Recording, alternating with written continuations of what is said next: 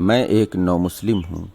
اپنے دوسرے رفقا کے متعلق تو میں کچھ نہیں کہہ سکتا کہ ان کا کیا حال ہے، مگر میں اپنی ذات کی حد تک یہ کہہ سکتا ہوں کہ اسلام کو جس صورت میں نے اپنے گرد و پیش کی مسلم سوسائٹی میں پایا تھا، میرے لیے اس میں کوئی کشش نہ تھی۔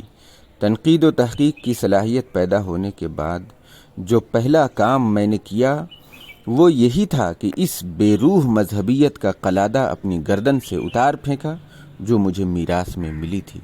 اگر اسلام صرف اسی مذہب کا نام ہے جو مسلمانوں میں پایا جاتا ہے تو شاید آج میں بھی ملحدوں اور لامذہبوں میں سے ہوتا، کیونکہ میرے اندر نازی فلسفے کی طرف بھی کوئی میلان نہیں تھا کہ صرف حیات قوی کی خاطر اجداد پرستی کے چکر میں پڑ جاتا۔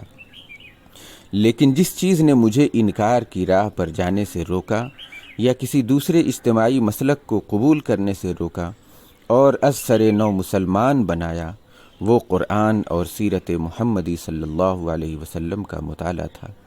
اس نے مجھے انسانیت کی اصل قدر و قیمت سے آگاہ کیا۔ اس نے آزادی کے اس تصور سے مجھے روشناس کرایا جس کی بلندی تک بڑے سے بڑے لبرل اور انقلابی کا تصور بھی نہیں پہنچ سکتا۔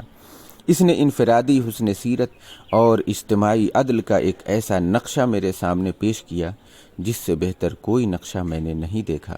اس کے تجویز کردہ اسکیم آف لائف میں مجھے ویسا ہی کمال نظر آیا، ویسا ہی بیلنس نظر آیا جیسا کہ ایک ایٹم کی بندش سے لے کر اجرام فلکی کے قانون جذب و کشش تک ساری کائنات کے اندر نظم، عدل اور بیلنس پایا جاتا ہے۔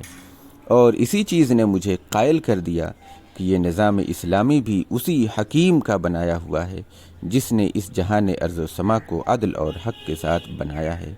مولانا سید ابو الاعلیٰ مودودی رحمۃ اللہ علیہ۔